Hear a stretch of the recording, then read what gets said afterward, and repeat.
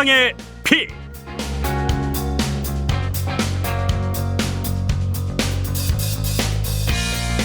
오늘 김반장의 픽은 제3지대 핵으로 떠오른 정당이죠. 가칭 조국신당 인재영입위원장이신 조국 전 법무부 장관을 스튜디오에 모셨습니다. 선관위가 어제 조국신당 명칭 사용을 불허하면서 당명은 어떻게 되는 건지, 그리고 목표한 대로 정의당을 뛰어넘어서 원내 3당 달성까지 가능할지 궁금한 점이 한둘이 아닌데요. 직접 이야기 들어보겠습니다. 위원장님 어서 오십시오. 네, 불러주셔서 고맙습니다. 네. 김혜영 앵커님. 네, 평화방송은 처음 오신 것 처음 같습니다. 출연입니다. 네, 지방 그 평화방송은 제가 인터뷰를 한 적이 있는데 서울은 제가 처음입니다. 네, 환영합니다. 감사합니다. 네. 뭐 지금 직업이 여러 번 바뀌셨습니다. 교수에서 공직자 거쳐서 정치인까지 되셨는데 정치인 되신 소감이 어떠십니까?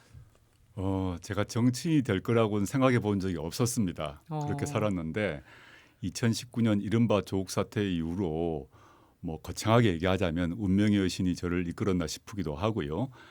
그 사이 고민이 많았는데 이제 이 길이 제가 해야 될 길이다라고 이제 결심을 했고 이렇게 나서게 되었습니다. 네. 신당 창당을 결심하신 최초의 순간 그 모멘트는 언제셨는지도 궁금해요. 제가 정치를 해야겠다고 마음을 굳게 먹은 거는 작년에 제가 DK 눈물이라는 책을 썼는데 그 책이라는 것을 쓰면서 제 마음을 정리했고 책을 써 나가는 과정에서 정치를 해야겠다 마음을 먹었고요. 그다음에 정치 참여의 방법으로 신당을 만들어야겠다라고 결심한 거는 한 작년 말 정도 됩니다. 네.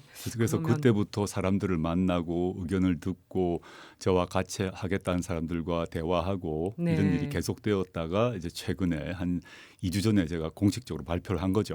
어떤 사안이 위원장님의 마음을 진짜 더 이상 미룰 수 없겠다고 잡아 끌던가요? 뭐 일각에서 제가 이제 뭐 저의 개인적 명예 회복을 하기 위해서 정치하느냐 또는 개인적 원한을 풀려고 창당하느냐 등등의 얘기를 하는 분도 있는 것 같은데 뭐 얼토당토하는 얘기라고 생각하고요. 이제 윤석열 정권 들어서고 2년이 흘렀지 않습니까? 근데 앞으로 공식적으로는 3년이 남았는데 이 상태로 3년이 가다가는 저 개인, 뭐 저의 가족, 뭐 저의 주변 사람 이 문제가 아니라 우리 대한민국이라는 민주공화국의 근본이 흔들릴 거다라고 생각이 들었어요. 그래서 제가 이제 부족함도 많고 흠결도 있지만 저라도 나서서 한번 이 위기 상황을 돌파를 해봐야겠다라고 마음을 먹고 나섰습니다. 그래서 제가 뭐 과거 광주 북콘서트에서 그런 말을 했습니다만은 제 혼자서라도 돌을 들겠다 이런 말을 했는데 다행히 여러분들이 같이 돌을 들어주셔가지고 좀 참으로 감사한 마음입니다. 요즘 3년은 너무 길다 이 얘기 어딜 가나 많이 하고 계시더라고요. 윤석열 정권을 이제 검찰 독재 정권이라고 부르시면서 이제 조기 종식까지도 외치고 계신데 몇 년으로 줄이고 싶으세요? 일단 3년은 너무 길다는 이제 조기 종식이란 말을 쓰게 되면 좀 어려운 개념어 아닙니까? 조기, 종식. 그래서 이걸 어떻게 풀었을까 고민하다가 제가 이제 3년은 너무 길다라는 좀 구어체, 대중적 언어를 바꿔봤는데 저희가 이제 저희 모임에서 창당 준비 모임에서 밥을 먹거나 맥주 한잔 하게 되면 제가 3년은 이렇게 선창을 하면 사람들이 너무 길다라고 후창하고 한잔하고 이렇게 하고 있고 이걸 좀 유포하려고 하는데요. 통상 절차에 따르면 앞으로 윤석열 정권이 3년 남았지 않았습니까? 그러면 3년이라는 세월이 남아 있는데 저는 많은 국민들이 저를 포함해서 많은 국민들이 윤석열 대통령에 대한 심리적 탄핵 그리고 윤석열 정권에 대해서는 그 성적표로 F를 매겼다고 저는 생각합니다. 그런데 심리적 탄핵을 했다고 해서 정치적 법적으로 탄핵이 되는 건 아니죠. 당연히 절차를 따라야 되는데 그렇지만 정치를 하겠다고 마음먹은 사람으로는 국민들의 그 마음 여론조사로는 55%에서 65%까지 해당되는 그 심리적 탄핵을 한 국민들의 마음을 받아서 조기 종식을 시켜야겠다는 마음인데 물론 200석이 돼야만 탄핵이나 개헌은 가능합니다. 그런데 200석은 너무너무 어려운 과제이기 때문에 200석이 되지 않는다고 하더라도 저와 조국신당, 가칭 조국신당이 각종의 정치적 활동을 통해서 윤석열 대통령은 1차적으로 레임덕으로 만들고 싶고 더 열심히 해서 연대해서 대드덕으로 만들고 싶습니다. 예. 윤 대통령이 대드덕이 되면 사실상 조기 종식이 되는 거죠.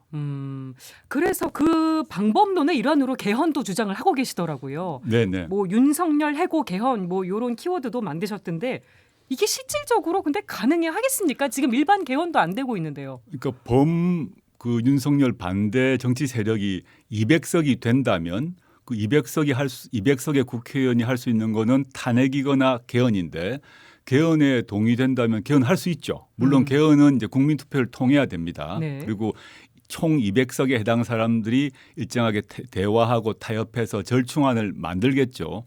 그렇게 하기 위해서는 첫째는 국민들의 다수가 개헌을 통해서라도 윤석열 정권을 조기 종식시키자라는데 합의가 돼야 되고 네. 두 번째는 개헌안의 내용에 무엇이 들어갈 것인가 합의가 돼야 되는데 넓게 합의를 구성하려면 합의가 안 될 것입니다. 저는 예. 최소 개헌을 얘기하는데 헌법 전문에 예를 들어서 5.18을 넣는다거나 예. 대통령제 5년 단임제에서 4년 중임제 플러스 결선 투표제를 넣는다거나 네. 이런 식으로 그 윤석열 정권에 반대하는 정치 세력이 다 공감할 수 있는 몇 가지 그 많이 하지 않고 약간 원포인트 개헌 성격을 얘기하시는 건가요? 그렇죠. 원포인트인데 개정될 조항은 한 조항은 아니겠죠. 뭐 네. 5개에서 10개 정도라고 보는데 그 정도 합의를 하는 200석이 확보되면 개헌할 수 있고 그럴 경우를 전제로 한다면 윤석열 정권을 조기 종식시킬 수 있습니다. 그런데 그건 매우 어려운 과제다. 그렇지 않다 하더라도 200석이 확보되지 않는다 하더라도 아까 말씀드렸던 여러 가지 정치적 활동을 통해서 윤석열 대통령을 레임덕 더 네. 나아가서 데드덕으로 만들겠다는 게 저와 조국 신당의 목표입니다. 얼마 정도로 이 기간을 남은 임기를 줄일 수 있을 거라고 생각을 하고 계십니까? 빠르면 빠를수록 좋다고 생각하는데 그럼 지금 뭐 저희가 어떻게 예언을 하겠습니까? 네. 가칭 조국 신당입니다. 아직 정식 명칭이 아니셔서 이 가칭이라는 꼬리표를 언제 떼실 건가 많은 분들이 궁금해하고 계세요. 네네. 근데 선관위가 어제 이제 조국 신당이라는 명칭은 불허를 해서 좀 아쉽진 않으신지. 뭐 그건 아쉽진 않고요. 전 조국 신당이란 이름이 불어될 것은 예상을 했습니다. 왜냐하면 네. 과거 선관위 결정 사례에 보았을 때 안철수 신당을 불허했거든요. 네네. 그 대신 이번 선관위 결정에서도 나와 있지만 그 조국이란 단어 자체가 들어가는 것 자체는 금지하지 않습니다. 예. 그래서 조국 뭐는 가능하다는 거죠. 예. 그것에 대해서 이미 국민들께 공모 절차를 거쳤고 수많은 의견들이 옵니다. 수백 가지 의견이 오고 있고 저희 창당 준비위원회에서 논의 중인데 네. 조만간 최종 이름을 결정할 생각입니다. 유력 후보가 몇 개 나왔습니까? 예, 그렇습니다. 네. 특히 마음이 가시는 당명도 있으신가요? 몇 개가 마음에 끌리더라고요. 예. 그 중에서 한번 선정이 네, 될지 그렇습니다. 지켜봐야 될 것 같고 원내 3당 10석 달성이라는 목표도 여전하신 거고요. 물론이죠. 저는 이거를 제가 신당 창당 선언 직후부터 이게 목표가 뭐냐고 그래서 10석 원내 3당이다 얘기를 했는데 그때 저와 인터뷰했던 뭐 유튜버건 기자분들이 설마 되겠느냐 이런 얘기를 많이 하셨어요. 근데 그 뒤로 여러 여론조사 통해서 여론조사 결과가 두 자릿수가 계속 유지되다 보니까 네. 지금은 또 방송에 나오는 정치평론가들이 뭐 가능할 것 같다는 얘기를 하십니다. 예. 저는 그렇지만 저희는 이걸 뭐 기고만장할 산이 전혀 아니고 저는 이제 시작하는 정당에 불과하기 때문에 겸허한 마음으로 계속 좌고우면하지 않고 뚜벅뚜벅 걸어갈 생각입니다. 지금 말씀해 주셨지만 요즘 그렇지 않아도 여론조사에서 조국 신당에 대한 지지율이 좀 높게 나오고 있고 제3지대에서는 가장 높게 나오고 있습니다. 네, 그렇게 보았습니다. 그 네. 배경 이유 어떻게 보십니까? 저는 3지대 정당이라고 하는 정당을 쭉 보았는데요. 다른 정당들도 보았는데 그 정당 경우에서 왜 국민들 지지를 받지 못하는가를 보면 저의 생각으로는 네. 다른 정당 이야기긴 하지만 그 정당은 가치와 비전, 정책이 통일되어 있지 않고 여러 성향이 다른 사람들이 여하튼 덩치를 키우려고 모인 것으로 보입니다.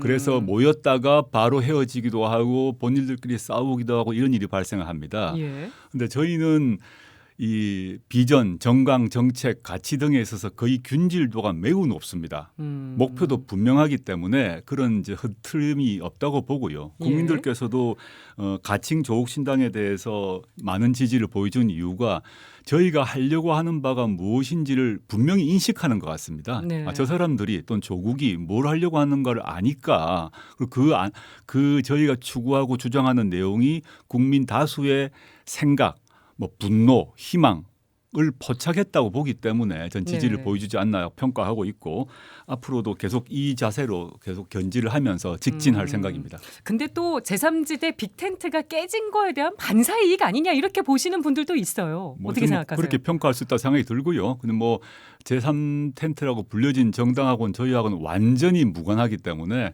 거기 계신 분들이 무슨 일을 하든지 저는 사실 관심이 없습니다. 네. 요 질문은 좀 불편하실 수도 있지 않을까 싶은데 조국 신당이 국민의힘에 좋은 일 하는 거 아니냐. 어쨌든 진보 진영 정당이기 때문에 민주당을 좀 어렵게 만드는 거 아니냐. 요 비판은 어떻게 네, 받아들이십니까? 그런 얘기 이제 정치평론가들이 정치공학 차원에서 하는 것 같습니다.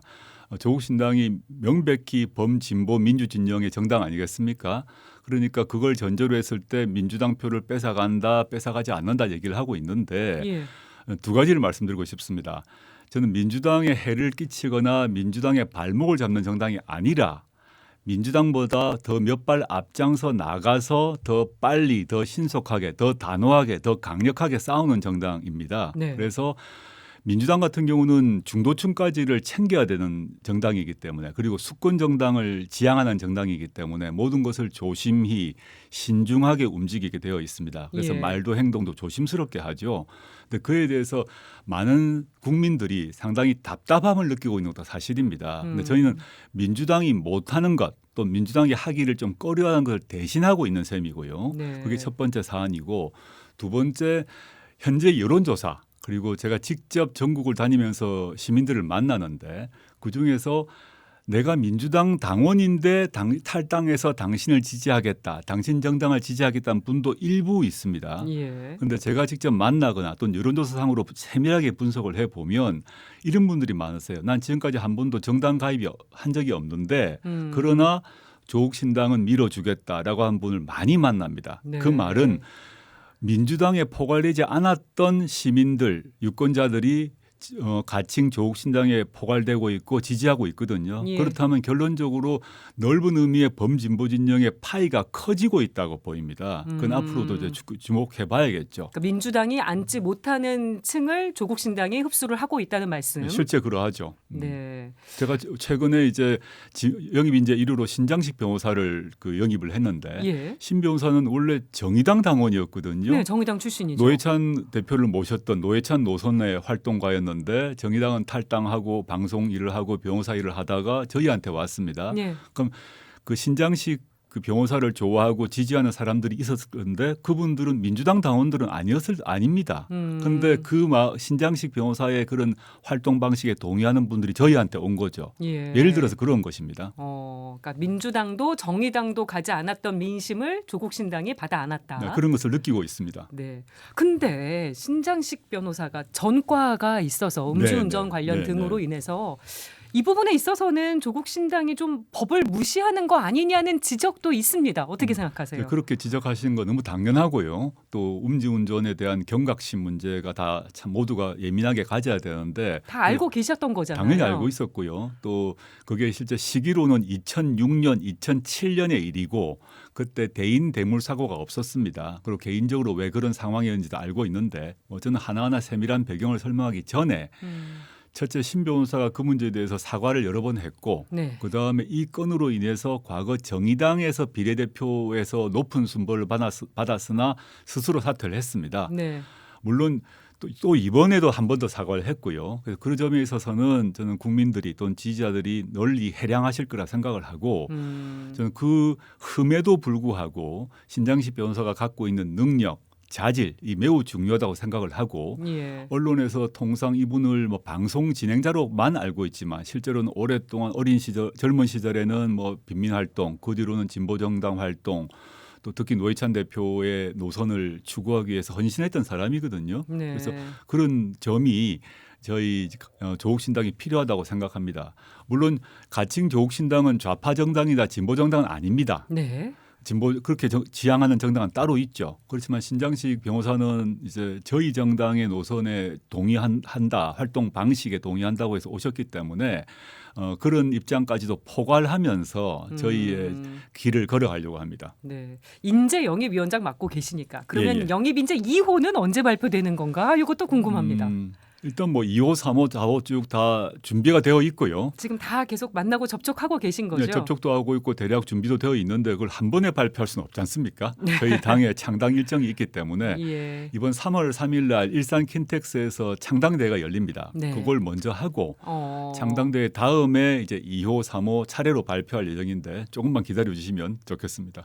이성윤 전 서울고검장이 최근에 민주당에 입당한 거 요거 좀 서운하진 않으실지 요것도 여쭤보고 싶었는데요.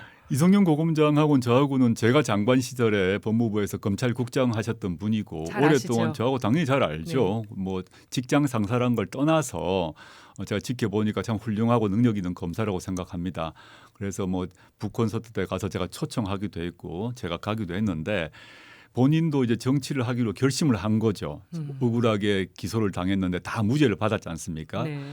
그럼 제가 아무리 사적으로 과거 직장 상사라고 하더라도 정치 참여를 선택하고 출마를 선택했는데 어떤 방식으로 어느 당에서 할 것인가는 오롯이 그 사람의 몫이라고 생각합니다. 네. 제가 팔을 비틀 수는 없고 그 선택을 한 것에 존중하고 전 잘 되길 바라고 결국 나중에 저와 손잡고 같은 일을 할 것이라고 확신하고 있습니다. 네. 진보 진영 울타리 안에서 물론이죠. 네.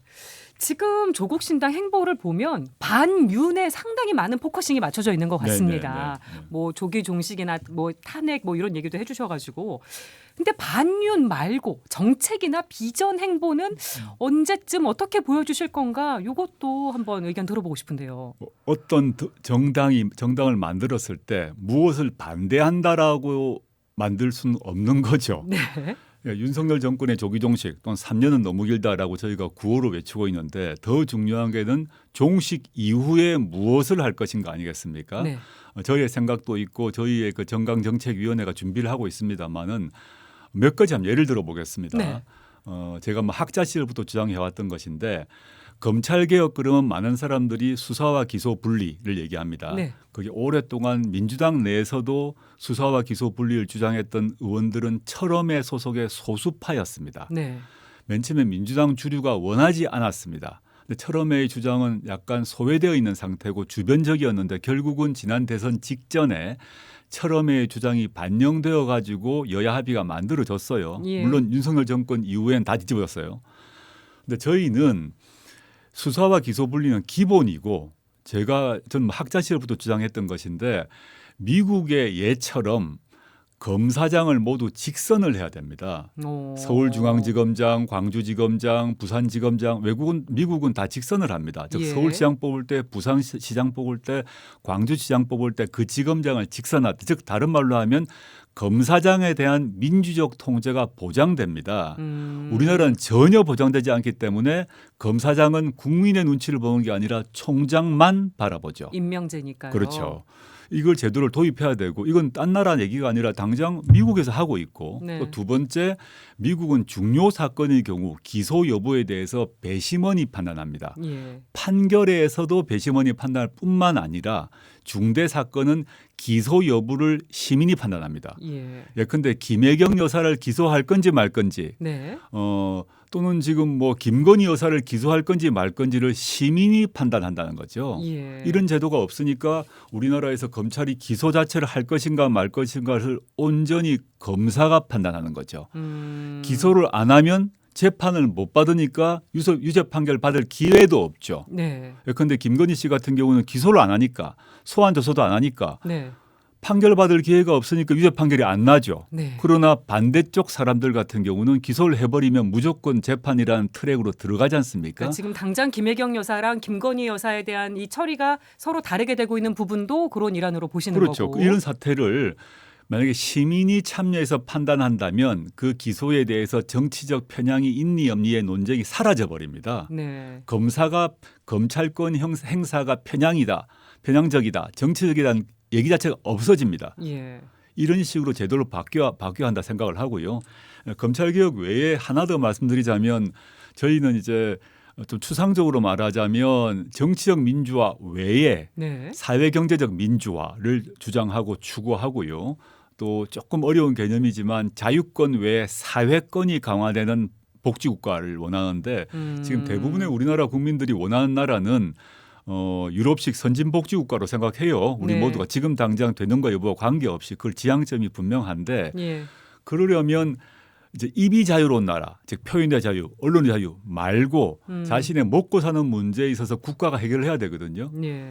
뭐 단적인 예로 하나만 예를 하자면 싱가포르, 오스트리아, 네덜란드 같은 경우는 젊은이들이 직장 가지면서 집 걱정을 아무도 하지 않습니다. 네. 왜냐하면 양질의 고품질 임대주택이 있기 때문에 자기는 태어나서 죽을 때까지 그 좋은 임대주택에 사는 거예요. 예. 그럼 자기가 돈을 벌면 뭐 어느 사람이든 집을 사기 위해서 또는 전세를 올리기 위해서 저금할 필요가 없기 때문에 각 시민들의 가처분 소득이 늘어납니다. 예. 가처분 소득이 늘어나게 되면 뭐 행복 지수가 늘어나죠. 먹는 거든 문화생활을 마음대로 할 수 있고 또한 아이를 놓고 양육하는데도 돈이 더 많이 쓸 수 있겠죠. 네. 이런 구조를 바꿔야 돼서 국가가 해야 될 일을 특히 주거권 문제, 육아 문제 같은 경우는 국가가 대거 책임지도록 하는 시스템으로 바뀌어야 된다는 게 저의 개인 소신이기도 하고 예. 또 저희 가칭 조국신당의 정강이기도 한데 창당 대회 이후 몇 단계에 걸쳐서 정책 소개가 있을 것입니다. 네. 그 중에서도 검찰 개혁을 가장 1순위로 얘기를 해주셨네요. 물론이죠. 네네. 네. 그럼 얘기가 나왔으니까 음. 김건희 여사 논란은 어떻게 해결해야 된다고 보십니까? 당장 김건희 특검법 제2결 표결도 앞두고 있는데 통과 가능성이 높지는 않아 보입니다. 국민의힘이 뭐 찬성할 리가 만무하겠죠. 국민의 입장에서는 시쳇말로 얘기하면 중전마마의 심기를 흔들리는 것인데 중전마마의 심기를 건드리다가는 어떤 일을 당할지 모르지 않습니까? 네. 그랬을 때 다들 조심하고 눈치를 볼 거라고 보는데 만약 이번에 제의결이 안 된다면 4월 총선 이후에 국회에서 재발의해야 된다고 생각합니다. 그 방식으로 가야 된다. 네, 다시 가야 되고요. 왜냐하면 도이치모터스 주가 조작 1심 판결에서 김건희 씨의 공범들은 모두 유죄 판결을 받았고 네. 또한 윤석열 정부 하에서의 검찰 보고서에 김건희 씨와 그 어머니 즉 윤석열 대통령의 장모가 얻은 수익이 23억이라고 적혀 있습니다. 네. 그런데 이에 대해서 어떠한 소환도 없었거든요. 통상의 경우에 만약에 지금 이재명 대표의 부인인 김혜경 여사가 똑같은 경우라면 아마 압수수색 한 100번쯤 했을 것입니다. 달라도 너무 다르다. 네. 말도 안 되는 일이고 윤석열 대통령 또 한동훈 비대위원장이 검사 시절에 항상 강조했던 것이 우리는 법과 원칙에 따라서 살아있는 권력 수사를 한다고 자랑을 했습니다. 그런데 예. 현 시점에서 살아있는 권력은 누굽니까? 윤석열, 김건희, 한동훈 등인데 예. 왜 그 살아있는 권력에 대한 수사를 막는 것입니까? 왜 방패를 하고 그들을 수사하지 않고 그들을 위한 방패놀이를 하는 것입니까? 저는 네. 반드시 특검법 새로 해야 된다고 생각합니다. 이번 국회에서 안 되더라도 다음 국회에서 해야 된다는 말씀 물론입니다. 해주셨고요. 네, 네. 민주당과 조국신당의 관계를 따로 또 같이 개념으로 얘기를 해주신 것 같아요. 예, 예. 다른 인터뷰 때 하셨던 말씀 보니까 민주당을 진보 진영의 맏형, 본가, 본진, 항공모함이라고 생각한다. 잘 되길 빌고 있다. 이런 얘기 하셨더라고요. 예, 예, 그렇습니다. 근데 지금 민주당 상황이 좀 어수선합니다. 지금 제 옆에도 뭐 신문에 민주당 관련 기사들도 있는데 뭐 친문계와 친명계 갈등도 조금 더 커지고 있는 것 같고 민주당 지지율은 하락세고요. 이런 일련의 상황 뭐 상대당의 일이긴 합니다만 어떻게 보십니까? 뭐 상대당보다 저희 뭐 우당이라고 할 수 있을 것 같은데 전 민주당 당내 사정을 잘 모릅니다. 그리고 다른 당을 지금 만들고 있는 입장에서 그 현재 분란이 좀 있는 것 같은데 그에 대해서 제가 이래라 저래라 평가하는 것은 그 예의에 어긋난다고 생각하고요. 네. 민주당에서 빨리 조속히 수습하고 전열을 가다듬어서 다시 윤석열 정권을 심판하는 그런 활동을 재개해 주길 바라고 있을 뿐입니다. 네, 그래도 민주당이 잘 되길 위해서 뭐 하나 조언을 해주신다면 뭐 하시고 싶은 말씀이 있으실까요? 제가 드리고 싶은 말씀은 제가 뭐 여러 인터뷰에서 말씀드렸습니다만 민주당이 범민주 진보 진영의 본진이고 항공모함인데 거기서 시끄럽고 거기서 이제 그 리더십을 발휘 못하게 되면 다른 쪽도 지장을 받거든요. 네. 그래서 빨리 그런 능력을 좀 보여주시면 좋겠다. 민주진보 진영의 그 맏형으로서 그걸 지도력을 발휘할 수 있는 그런 능력을 보여줘야 저희가 작은 정당인데 또 신생 정당인데 네. 저희도 마음 편하게 더 그 싸울 수 있지 않을까 생각하고 있습니다. 잘해주시길 바랄 뿐입니다. 네. 여쭤보고 싶은 질문이 많은데 시간이 다 돼가서 일단 재판을 받고 계시고 네네. 2심에서 실형을 선고받으셨습니다. 네네. 대법원에서 유죄 판결이 나올 가능성도 부인할 수 없는 상황. 네네. 이 상황이 부담스럽진 않으십니까? 당연히 부담스럽죠. 인간으로서 부담스럽고 저는 드리고 싶은 말씀이 저는 하급심 판결 존중합니다. 그렇지만 그 판결의 그 사실관계 파악이라거나 법리 적용에 대해서는 제가 동의할 수가 없습니다. 그러면 저는 저 일개 시민으로서도 그 문제를 다툴 수 있는 헌법상의 권리가 있습니다. 네. 그럼 그걸 다투어야 되고요. 그리고 대법원 판결이 확정 날 때 되기 전까지는 저희가 저의 이제 무죄 추정의 원칙에 따라 저의 정치적 활동, 각종 시민으로서의 기본권 행사를 할 수가 있습니다. 네. 그렇지 않다 그러면 민주공화국이 아니죠. 물론 지금 이제 앵커님이 말씀하셨던 것처럼 대법원 판결이 어떻게 날지는 저도 모릅니다. 네. 저도 마음에 있어서 불안하기도 합니다. 그게 제가 1년 뒤에 날지 2년 뒤에 날지 모르죠. 또는 아무도 모릅니다. 그래서 국회의원을 제가 당선되더라도 국회의원을 하루만 할지 파기환송이 되어가지고 4년 다 할지 모릅니다. 네. 그러나 제가 드리고 싶은 말씀은 대법원 확정 판결이 나기 전까지는 제가 할 수 있는 모든 힘을 동원해서 제가 현재 벌이고 있는 정치 활동을 할 것이고 제가 추구하는 비전과 가치를 국민 여러분께 알리고 소통하는데 최선을 다하겠다. 저는 판결 나기 전까지는 끝까지 해볼 생각입니다. 조국 사태부터 지금 상황까지에 대해서 내로남불을 얘기하시는 분들 많이 계십니다. 어떤 반론 주시겠습니까? 국민들의 내로남불 비판 당연히 제가 받아들여야죠. 실제 2019년 이른바 조국 사태 이후로 제가 다 세어보진 않았는데 약 한 15번, 16번 대국민 사과를 한 것 같고 앞으로도 기회가 있을 때마다 사과를 할 생각입니다. 네. 그래서 이제 그 점에 있어서는 여전히 반성을 할 것인데 이 기회를 빌어서 제가 말씀드리고 싶은 거는 내로남불 비판을 하는 분들이 국민들이 비판하려면 다 달게 받겠습니다. 네. 그런데 국민의힘 관계자들 경우에 있어서는 제가 다른 말을 꼭 드리고 싶은데 아까도 말씀드렸습니다마는 도이치모터스 주가 조작, 디올백 수령 같은 경우는 김건희 씨의 범죄 혐의가 명백히 드러났는데 어떠한 수사도 하지 않아서 유죄 판결 자체를 받을 수가 없습니다. 네. 두 번째, 고발 사주로 유죄 판결을 받은 손준성 검사장의 경우에 있어서는 유죄 판결을 받았는데 네. 손준성 검사가 그 문제의 고발 사주 그 고발장 초안을 국민의힘 전신정당에 보내기 하루 전에 한동훈 씨는 그 단톡방에 60장의 사진을 올렸습니다. 네. 그 내용이 무엇인지를 본인이 다 지웠어요. 그래서 한동훈과 손준성 두 사람 사이에 무슨 일이 있었는지 예. 범죄 공모를 했는지 여부를 알 수 없어서 기소가 안 됐고 기소가 안 돼서 유죄 판결을 못 받았습니다. 네. 그리고 한동훈 비대위원장의 따님의 경우는 저의 딸과 달리 각종 의혹, 논문 대필, 해외 에세이 대필 등등 있었지만 모두 무혐의 처분이 되었습니다. 그것이 내로남불이다. 그렇죠. 어떠한 소환도 없었고 그 딸이 다녔던 성도 학교에 대한 압수수색도 없었습니다. 저희 네. 딸의 경우와 달리.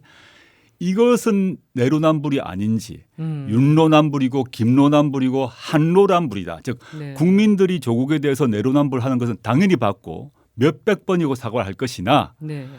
윤석열, 김건희, 한동훈 이분들이 저한테 말할 자격은 없다는 것입니다. 그분들은 자신이 받고 있는 범죄 혐의에 대해서 밝혀라라고 네. 말씀드리고 싶습니다. 마지막 질문 드리겠습니다. 최근에 개인적으로 아내분 그리고 따님이 천주교 세례를 잇따라서 받으셨더라고요. 예. 그래서 저희도 그 배경이 궁금해서 짧게 말씀해 주시면. 정 교수는 구치소에서 1150일 있으면서 이제 교리 공부를 했고요. 네. 아마도 자신이 상상하지 못했던 시련을 겪다 보니까 그 안에서 가톨릭을 접하게 되었고 그 안에서 그 교정사목이라고 하지 않습니까? 네, 있습니다. 교정사목 오신 신부님과 소통하면서 귀의를 하게 된 것 같고 저희 딸은 그와 별도로 이제 명동성당에 다니면서 교리 공부를 했는데요. 네. 뭐 딸의 경우는 뭐 저하고 이제 소통을 상세히 물어보지 않았지만 제가 우스갯소리로 그럽니다. 너 명동성당이라는 예쁜 아름다운 곳에서 결혼하려고 세례받았지? 아, 라고 뭐 놀리고 있습니다. 예약은 일단 성공을 했습니다. 예, 추첨해서 성공했습니다. 예약보다 추첨에 운 좋게 성공을 했고 예비 네. 사위도 가톨릭 신자라 가지고 네. 둘이서 합의를 봐서 명동성당에서 하자고 선택을 하고 추첨을 했는데 다행히 걸려가지고 예. 저도 그 점에 있어서는 행복합니다. 근데 위원장님은 불교 신자시라는 거. 그렇습니다. 죄송합니다. 아닙니다. 죄송합니다. 네, 지금 저는 천불교 신자입니다. 그러면. 네. 지금까지 가칭 조국신당 인재영입위원장이신 조국 전 법무부 장관 만나봤습니다. 나와주셔서 고맙습니다. 네, 불러주셔서 고맙습니다.